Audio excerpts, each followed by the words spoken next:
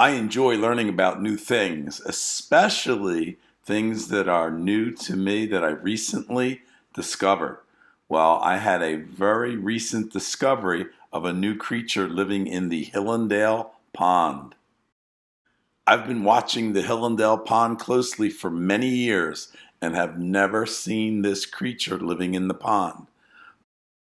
I'm not talking about the frog tadpole, which is soon to be a froglet, that you see in the bottom right of the picture. I'm talking about the creature in the upper left corner. Let's zoom in a bit to get a closer look at an Eastern newt. Yes, an Eastern newt, also known as an Eastern red-spotted newt. Newts are a type of salamander, but they are a little bit different than salamanders. Let's talk about the differences. One of the differences you're seeing right now, this is an Eastern red-spotted newt, but it is traveling on the land.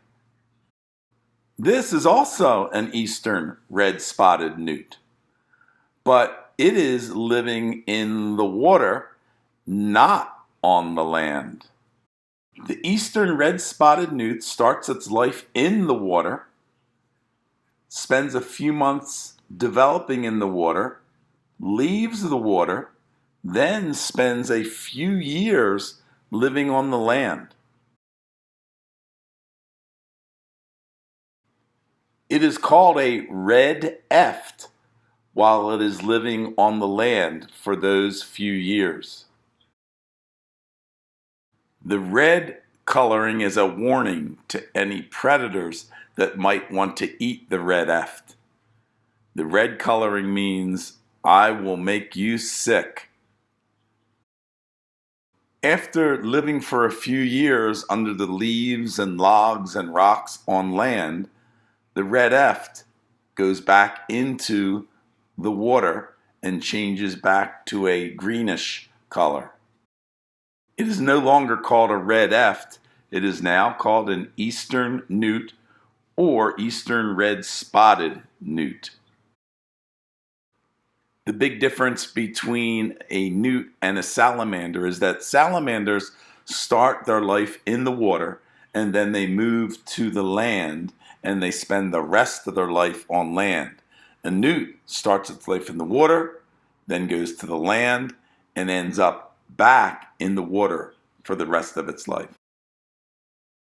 A newt will lay 200 to 300 eggs in a jelly-like mass in a pond in the springtime, and that's the way a newt's life starts.